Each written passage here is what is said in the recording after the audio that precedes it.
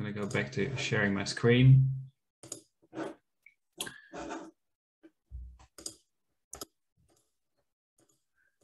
Tune when this happens. Yeah, so today we're talking about feeding our fish, and yeah, when it comes to fish and providing them with a healthy diet, it's important to understand first of all which fish we have in the tank. And we can separate fish in 3 different categories, almost similar like humans. So the herbivores, so the plant eaters, or the vegetarians and the vegans. The carnivores, the meat eaters, and the omnivores eat both. So when we're looking at fish and the fish in our tank, we need to know exactly which fish is one of these 3 to be able to determine the right food and the right amount of food. Also considering what sort of jobs that we want those fish to do in the tank. So a herbivorous fish could be catfish, and there's different types of catfish and algae eaters. So they often eat the algae in the tank, or they even start nibbling on the plants and eat some of the roots or some of the leaves.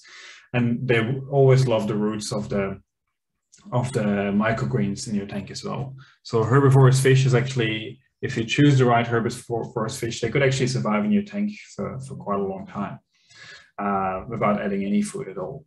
So carnivorous fish is a meat eater, so a fish that needs protein and food that's derived from most often other fish. And an omnivore eats both, so guppies, platies, all those type of fish are omnivores. Barbs, tetras, cichlids, they're often carnivores, and are bottom feeders, they're herbivores.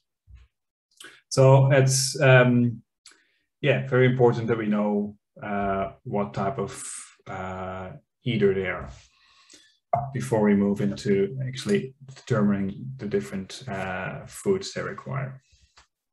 So looking at our own health, the more variety we have in our diet, the better it is for our personal health, and the better it is for our guts. And the same counts for fish. So variety, variety, and variety. And what sort of fish do fish do? What sort of food do fish eat? I think we can split it up into 3 different categories.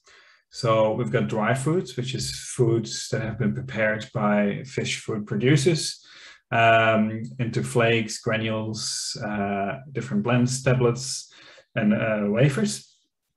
So those can be purchased straight away from the aquarium shop. Some of you would have received fish food in your kits already, but you can always purchase that from an aquarium store. So it'd be good to have some flakes and maybe some granules or handy to be able to swap it over occasionally. So always ask the people in the aquarium store, is this a herbivorous fish food or a carnivorous food? Then there's frozen foods. So often available at aquarium stores. So you get bloodworms or artemia, brine shrimp, and krill. So they often come in little cubes, tablets, which you keep in the freezer, and you just pinch them out in the tank frozen. And then there's fresh foods, like most often for your herbivorous fish, but also like your omnivores. So a little slice of cucumber is great. A frozen pea, just crushed between your fingers before you put it in the tank. A small slice of zucchini. The roots of your microgreens. The algae growing in your window. And if you're talking about herbivores, carnivores, live foods and fresh foods, then you can even start growing sea monkeys and actually feed those to your fish. So keeping that in mind and like keeping a good variety in mind for your fish and for their diet is really important for their health and for your peace of mind as well. So when it comes to feeding fish, it's often, like I said before, it's one of the most common causes of fish death and bad water quality. So first of all, we need to know that a fish is cold-blooded. So it means a fish doesn't need to eat like we do 3 times a day to keep their body temperatures up. And then the fish can go on for quite a long time on very little, especially the herbivorous fish. So when we're feeding a fish, we gotta feed them in tiny little bits. So only pretty much what they can finish in a few seconds before it ends up dropping in the tank and in the gravel. So it's better off than to feed tiny little bits multiple times a day than feeding your fish lots in one go. That's a really bad thing to do in a fish tank. And yeah, when it happens, not the worst. Just get your tank vacuum out, and try to recoup quite a bit of that food before it disappears into the gravel and becomes a solid that's going to start affecting your water quality. So tender love and care. The fish will always look hungry, but they're a bit like Labradors, but don't be mistaken.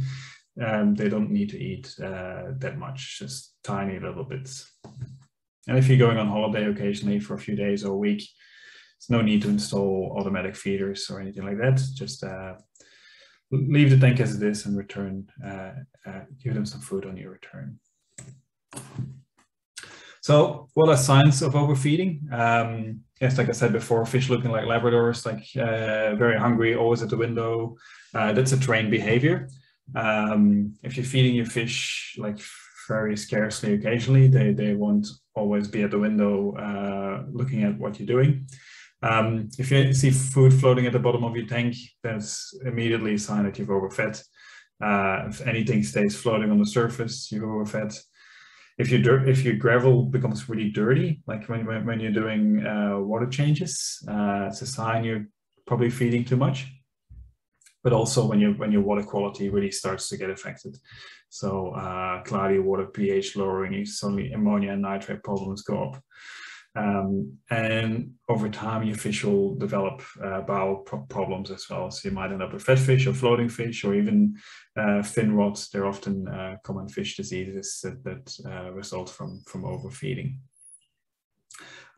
So yeah, when you start seeing those signs, like immediately stop feeding and go back to the tiny pinches, the tiny pinches. And you can do that multiple times a day, but when you see a sign of any of these signs, stop feeding for a few days. Your fish will be fine. Immediately do a water change, preferably with dechlorinized water, so tank water or rainwater preferred. Raise the temperature a little bit. That will improve your fish ability to digest and gets their intestines up and running. And to give a fish a really good cleanse and get all their internal organs back into working order, Epsom salts are great. So they contain a lot of magnesium, and that magnesium salts is really beneficial for the fish gut. So what you do basically, take a little bowl of water out of your tank and put a tablespoon of Epsom salts in there. Catch your fish from the tank and just let it swim in the Epsom salts for 5 minutes before you're moving it back in the water with Epsom salt before you're moving it back into the tank. That will sort of clean their guts. It will kind of flush everything out, and then you can continue with a healthy fish and lower your amount of feeding. Yeah, so that's about it. So golden rule, less is more, and when you're feeding it at rate, you'll be able to enjoy your fish for a much longer period of time. Also, when we're running aquaponics, feeding fish becomes quite important. And in aquaponics, the fish food should always go through the fish, because fish food that goes onto the bottom is not available for the plants to turn into nutrition. The fish food will only become available for the plants once it's gone through the fish's digestion system and turns into nitrates. So again, the best way if you want to start increasing the nitrates in your tank and the nutritional value, is you can start feeding the fish more, but like better more often than more in one go. So if you can feed your fish easily like 4 to 5 times a day, tiny pinches, and that way increasing the actual nutritional value in the water. Just keep in mind that if you start feeding like that more oftenly, you want to do regular water changes as well. So like once a fortnight is definitely not enough. Then you want to take maybe about 10% water out every 2 or 3 days if you're really starting to ramp up the feeding. But more feeding means more nutrients, means better plant growth and bigger microgreens. Alrighty, cool. That's it for today's Q&A. So I might stop sharing my screen now and yeah, throw it open. So what's the Epsom salts thing? How do you do that? So the Epsom salts is what you use in your bathtub. So the Epsom salts you can pretty much get at the supermarket. Yeah, so you just add it to the water, or do you do a clean with that? No, you add it to the water. So you take some water out of the tank, either in a bucket or a little bowl. So preferably about like half a liter to a liter, and then like have like a small tablespoon of Epsom salts dissolved in that water. So let it sit for a couple of minutes. Don't let the water go cold, because then the fish will be affected by a lower temperature. And then pretty much with your fish net, you can take the fish out that looks a bit off, and let them sit in the fish in the Epsom salt water for multiple minutes. So 5 to 10 minutes, but definitely not. Oh, so you don't put the Epsom salts into the tank. You give them like a spa treatment, and then you put them back in the tank. Yeah. So it's a bit of a spa treatment. It flushes their guts. Yeah. Okay, I might be a bit scared about doing that. So you're saying a teaspoon in a bucket?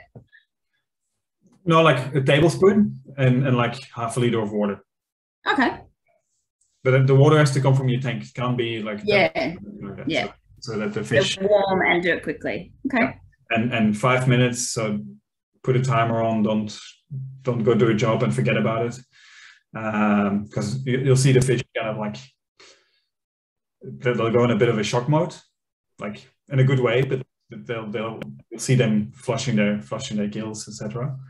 But that's totally fine for them. So it's one of the most used aquaculture techniques to kind of keep your fish healthy without having to add medications through the whole system. And with our Farmwalls, like we never recommend putting any dechlorinators in, because we're trying to keep as least chemicals in the water as possible. And often the water conditioners that you find in aquarium stores, we prefer not to use them in our aquaponics, because eventually you're eating from the tank. So we want to keep it as natural as possible. So the Epsom salts is a good way to get the fish out of the tank without actually having to contaminate your water with... yeah, and it's a good opportunity to probably do a bit more of a vacuum in there, because I'm always a bit worried vacuuming. I feel like I move it around a lot, but I don't feel like I pull a lot of stuff up off the bottom, because I'm worried about worrying the fish. So it could be a good opportunity to do that while the fish aren't in there. Yeah, that's it. And yeah, that dirt which is in the gravel are the solids. So if you don't do an occasional vacuum, then the solids will really affect your water quality. Yeah. So with my vacuum, I feel like when I've got to have it on strong to suck the stuff up, but then I'm getting through the water really quickly. So yeah, I only want to take out a third of the water, but then I don't feel like I've got it on strong enough to get the stuff out of the water. Yeah, it just seems to net. We did change the vacuum slightly after your, like you've got the big one, right? Yeah, the big black one, the big tap on it. Is it the black one with the? Because I think you might have been given 2 vacuums. Yeah, that one. That's a great one. Yeah. So yeah, so I know I can change the volume coming out. You can change the water coming out. So just close the tap a little bit. Yeah, so but then I don't feel like it's actually sucking. I can see it's pulling, it's getting stuff up, but it's not actually really sucking. Yeah. The water is dirty that I pull out, but it's not. I can still see it pull stuff up off the bottom, and then that just drops down again. I don't know if you can. Can you put the light on over here, please, Belle? So they've got. There's this big one. He's a big jerk. He like just chases the others. Can you see him? Yeah. And he just chases one, and he just chases them around and around. And then so he's just chasing him, chase. You just chase whoever. And then there's this little one that was a gift from somebody. He's still alive. Yeah. And the bottom feeder guy I can't see today, but he's not died as far as I'm aware, but I haven't seen him for a few days. So I only just feed them every 2 days. Yeah. And just with a sprinkler. Yeah, Sarah just chases them. Yeah, we've learned that about tiger barbs. Yeah. Such a jerk. and yeah, so the algae-eater, the orange one died. Yeah.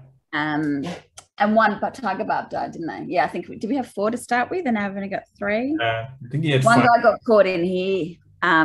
He got caught in the suction because that doesn't really fit well, but he survived. Yeah. We put him out and he had a little sort of a growth for a day or 2, but then looks great. You get some good produce going in your hydroponics unit there as well. Yeah, this one, just the family don't seem to eat enough of the microgreens, so I'll grow them and they'll be looking really good, and then we just don't get through them, and then we go again. Yeah, so the rainbow chards there, can't remember what that one was. The tomato, that's amazing. This, I can't believe how well that's doing. Its roots are all the way through, and its roots go all the way through the tank. Yeah. And this is is it devil's ivy? So its roots all go down. It's Swiss cheese devil's ivy, I think. The Swiss cheese one, yeah. So somebody was just throwing that out on the street, and it looks so pathetic and sad, and I stuck it in there, and it's just incredible. So. It looks fantastic, Justine. You could even trim those roots if they ever get a bit too crowded.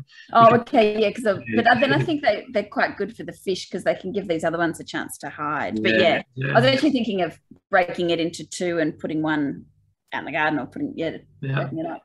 Yeah, definitely. But where's our other little guy? Our bottom feeder. I don't know where he's. But yeah, they certainly know. Maybe he is dead. He's done a runner.